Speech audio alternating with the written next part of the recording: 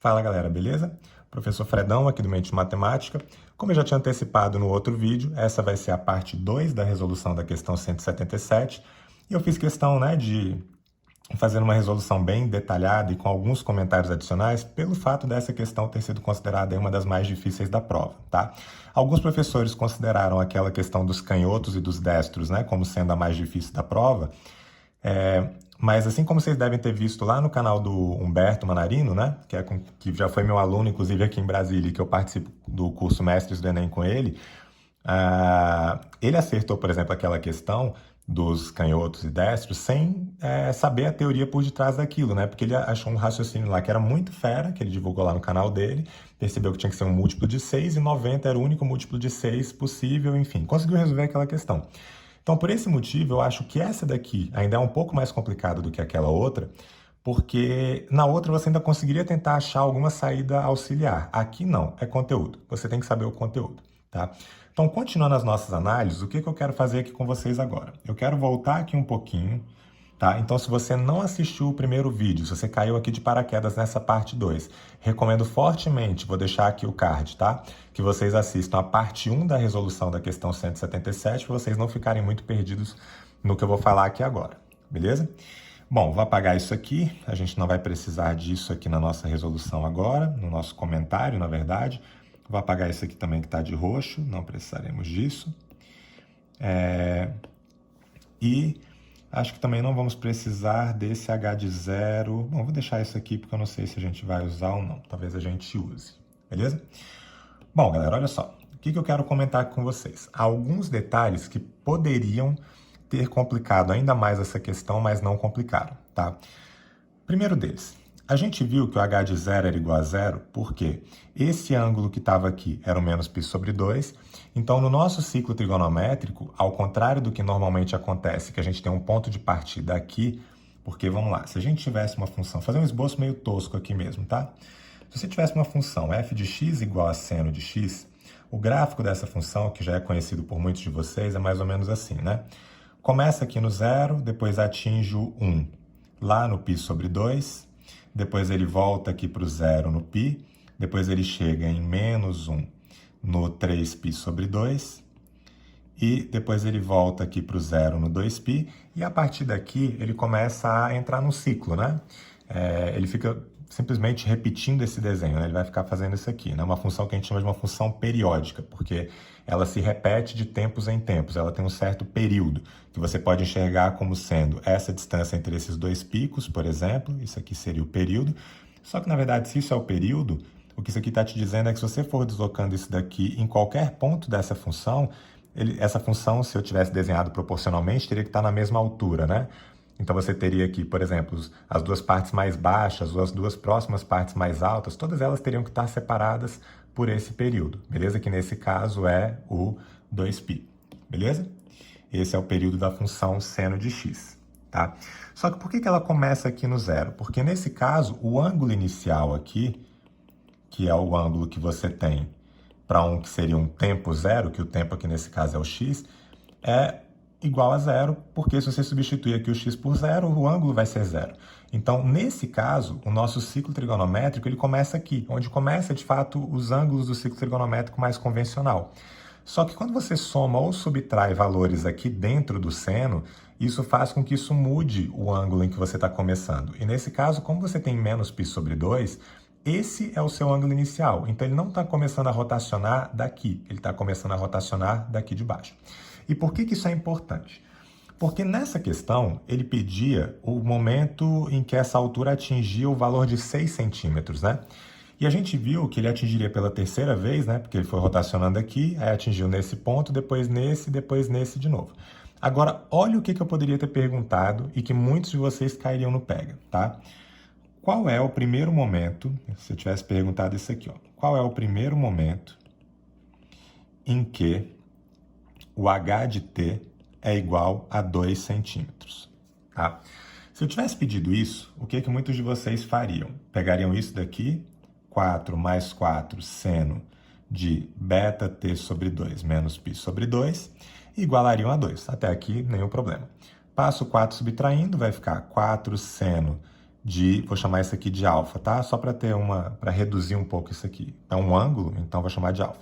Isso aqui seria 2 menos 4, que daria menos 2. Esse 4 que está multiplicando eu vou passar dividindo, então ficaria seno de alfa igual a menos 2 sobre 4. Se eu simplifico por 2 em cima e embaixo, fica menos meio. E o seno de alfa ser igual a menos meio, se a gente for pensar lá no ciclo trigonométrico, o seno ele é negativo no terceiro e no quarto quadrante. Então você teria um ângulo aqui, que seria o 210 graus, ou em radiano 7π sobre 6. E aqui do outro lado, o 330 graus, ou 11π sobre 6 em radiano. E aí, se eu tivesse perguntado o primeiro momento em que isso aqui acontece, vocês provavelmente associariam, pensando em partir daqui do zero, você pensaria, bom, então vou ter que rotacionar aqui até chegar nesse ponto. Só que esse ponto, se você igualasse a radiano, seria 7π sobre 6. Então você me falaria que esse ângulo alfa teria que ser igual a 7π sobre 6, e aí você substituiria, né? Aquele beta t sobre 2 menos π sobre 2 igual a 7π sobre 6. E aí, enfim, feitos os ajustes aqui de beta e de t, você encontraria o que seria necessário na questão. Não me interessa muito isso, não é essa análise que eu quero que vocês tenham. Só que se vocês fizessem isso, estaria errado. E por que estaria errado? Porque, na verdade, se o ponto de partida dessa minha função estava aqui embaixo, que era no menos π sobre 2, que é a mesma coisa que menos 90 graus, que foi o que a gente viu lá no primeiro vídeo, e que eu acabei de mostrar aqui também para vocês, que é esse que eu chamei de ângulo inicial da função, o que aconteceria aqui é que esse ponto ele vai começar a rotacionar para cá. E por que ele gira no sentido anti-horário e não no sentido horário? Porque essa função, à medida que você aumentar o valor de t, como beta é uma constante que é inteira positiva, isso aqui vai aumentar, então esse ângulo todo vai aumentar. E se esse ângulo aumenta, ele está girando no sentido anti-horário. É isso que acontece em trigonometria, em ciclo trigonométrico. Bom, ele vai começar a girar no sentido anti-horário, só que vejam que, lembra que eu tinha falado que no 330 graus, que está aqui, ele atingiria um valor cujo seno é menos meio?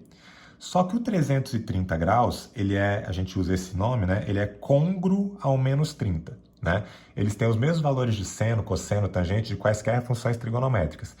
Então, notem que se eu estou partindo do menos 90 e andando em sentido anti-horário, eu vou partir do menos 90, vou chegar no zero e só a partir daí é que os ângulos vão ficar positivos. Então, o primeiro momento em que isso daqui aconteceria não seria para o 7π sobre 6.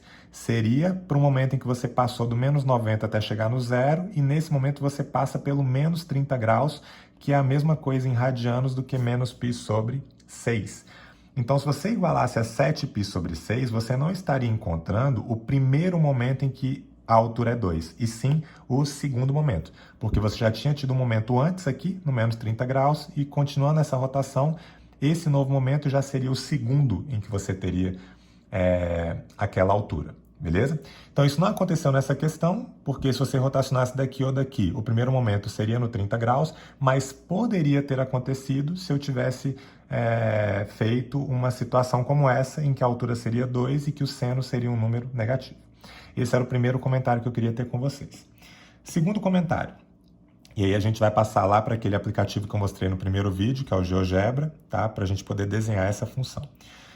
Se a gente fosse fazer um esboço dessa função, já vou inclusive puxar aqui porque eu já fiz, já antecipei para a gente não perder muito tempo, o esboço dessa função seria mais ou menos esse daqui, ó, tá?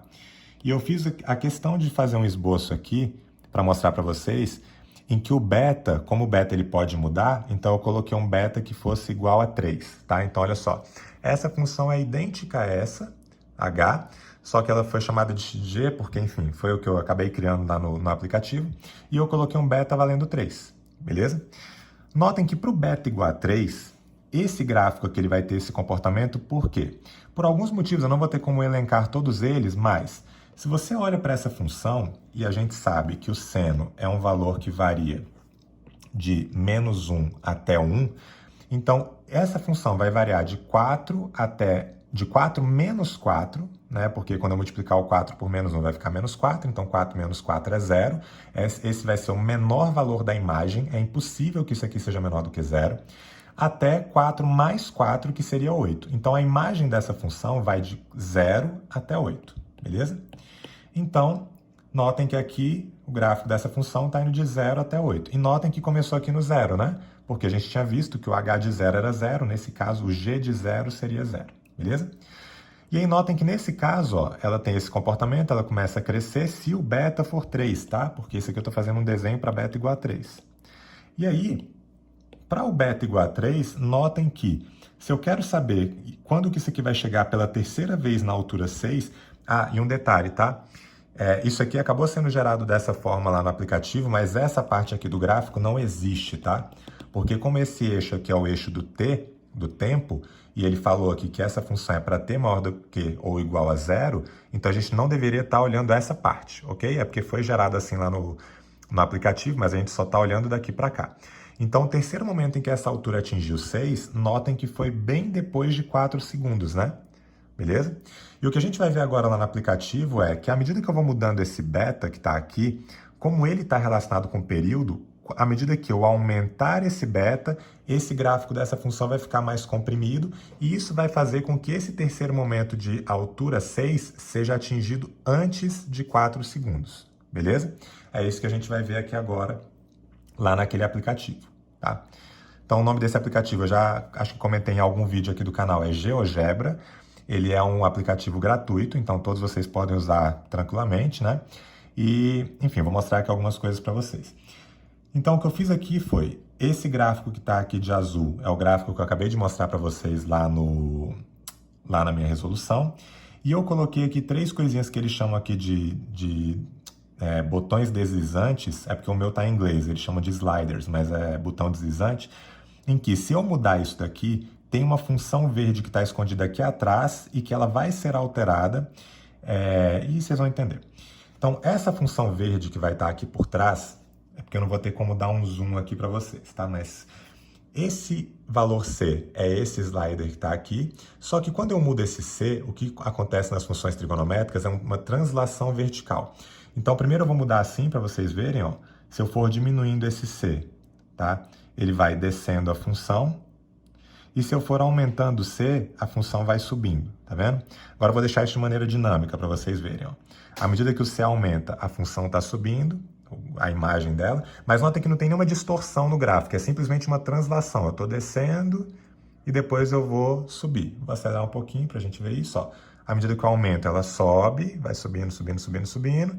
À medida que eu diminuo, ela vem descendo, descendo, descendo. Esse é o impacto desse C que está aqui. Bom, vou voltar ele para o valor original, que era 4. Então, vou apagar aqui, vou colocar 4. E aí, massa. Agora eu vou deslocar esse B, tá? Quando você multiplica o seno, o que vai acontecer não é uma translação, ele vai meio que puxar essa função, assim, vai estender ou vai comprimir, dependendo de que valor você coloque aqui. Se você aumentar o beta, ele vai expandir. Se você diminuir o beta, vai comprimir.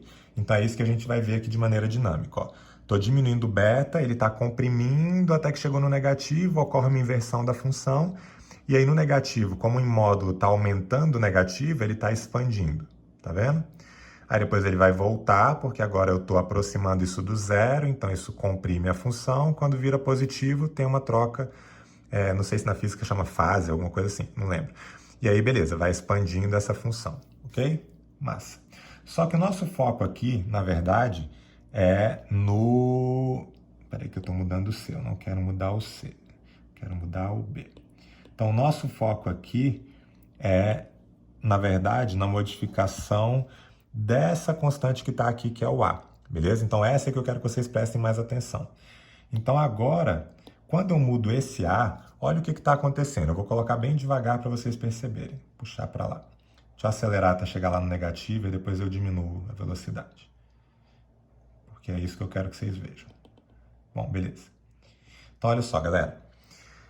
Quando isso aqui chegar no positivo, o que vai acontecer é, à medida que você aumentar esse A, agora eu vou colocar mais lento. À medida que você aumentar esse A, que está aqui, vocês vão ver que esse período dessa função ele vai começar a ser reduzido. Vocês vão ver que essa função ela não está mudando a imagem, ó, porque eu estou mudando dentro do seno, só que notem que isso aqui está sendo cada vez mais comprimido, comprimido, comprimido, à medida que eu estou mudando aquele A, tá vendo? E aí, olha só, e é aqui que é a parte importante para aquela nossa questão. Vocês estão vendo que eu quero o terceiro momento ser 6 antes de 4 segundos, né? Por enquanto, esse meu A, que corresponde ao beta daquela questão, ele está ali em 2, tá? Quando ele chegar em 3, ele vai ficar exatamente em cima do que está aqui de azul, porque essas duas funções vão ficar idênticas, né? Então, ó, vou tentar parar aqui no 3. Ah, perfeito. Aí ficou aqui no azul. E aí notem que aqui ele passou pela altura 6, uma, duas, mas a terceira vez foi depois de 4 segundos. Só que à medida que a gente for aumentando isso, olha o que está acontecendo com o gráfico da função. Ele não é que ele está deslocando horizontalmente, ele está sendo comprimido, tá? Porque notem que esse ponto aqui não muda, ele está invariável, está sempre sendo igual a zero. Então, ó, quando chegar aqui num A igual a 4, por exemplo, vou esperar aqui chegar próximo do 4 para poder pausar. Foi quase, mas tá bom. Ó, quando chegou no beta igual a 4, o 6 aqui passou uma, duas, mas ainda não chegou a terceira vez, tá vendo? Porque aqui são segundos, né? Então, em 4 segundos ainda não chegou pela terceira vez naquela altura igual a 6. Só que se eu continuar andando com isso daqui, como esse A, que corresponde ao beta naquela questão, tem que ser um valor inteiro, quando a gente chegar lá no beta igual a 5, vou colocar aqui direto, ó, beta igual a 5, notem que chegou numa altura 6. Uma, duas, 3 vezes antes do tempo ser igual a 4. Beleza? E aí, para finalizar, vou deixar vocês com uma pequena dança aqui dessas funções trigonométricas. Eu estou até pensando em fazer uma série de vídeos a respeito das danças das funções, em que eu vou usar esse aplicativo para mostrar para vocês como que funções exponenciais, funções trigonométricas, funções quadráticas, como que elas se comportam à medida que você mexe em cada uma dessas variáveis que estão aqui. Todas elas têm uma interligação entre elas. Quando você soma, você translada verticalmente. Quando você multiplica, você expande ou contrai verticalmente, enfim. E aí eu estou pensando em fazer uma série dessas. Até deixem aqui nos comentários o que vocês achariam de uma série desse estilo, tá? Falando desses comportamentos gráficos das funções. Mas enfim, eu acho essa dança aqui muito bonita para não mostrar para vocês. Beleza? E aí, deixa eu só pausar isso aqui. Bom, e acho que era isso que eu tinha para comentar com vocês, tá? Acho que era.